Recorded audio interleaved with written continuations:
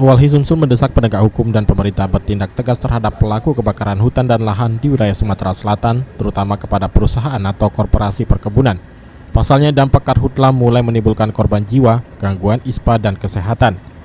Direktur Eksekutif Walhi Sumsel Hairul Sobri menilai, semakin meluasnya karhutla akhir-akhir ini merupakan cerminan dari kondisi gambut yang semakin rusak. Karhutla yang sulit dipadamkan menunjukkan lahan gambut yang terbakar semakin meningkat. Pemerintah menurutnya harus bertanggung jawab terhadap pemberian izin kepada korporasi, terutama di wilayah gambut. Kalau kabut asap ini kan sudah tanggung jawab negara untuk memastikan rakyat itu mendapatkan udara bersih dan sehat, dan itu adalah hak dasar warga negara. Walhi juga menyoroti lemahnya pengawasan restorasi gambut yang dilakukan terutama di kawasan konsesi yang mengakibatkan kondisi cuaca kian memburuk. Upaya restorasi malah nampak lebih konsisten dilakukan oleh masyarakat.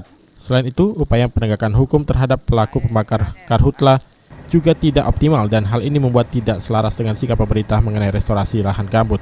Kalau sekarang kita melihat ke titik api hotspot yang kita pantau saat ini kan masih di wilayah-wilayah yang lama.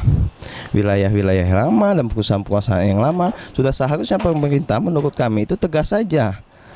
Karena ini kebakaran berulang dan perusahaan yang sama, sudah cabut aja izinnya, atau wilayah-wilayah kebakaran itu diambil alih atau diciutkan luasan perusahaan itu, karena dianggap sudah bisa dianggap kalau sudah terjadi kebakaran berulang ini, kita bisa menganggap bahwa perusahaan itu tidak mampu mengelola konsesi itu.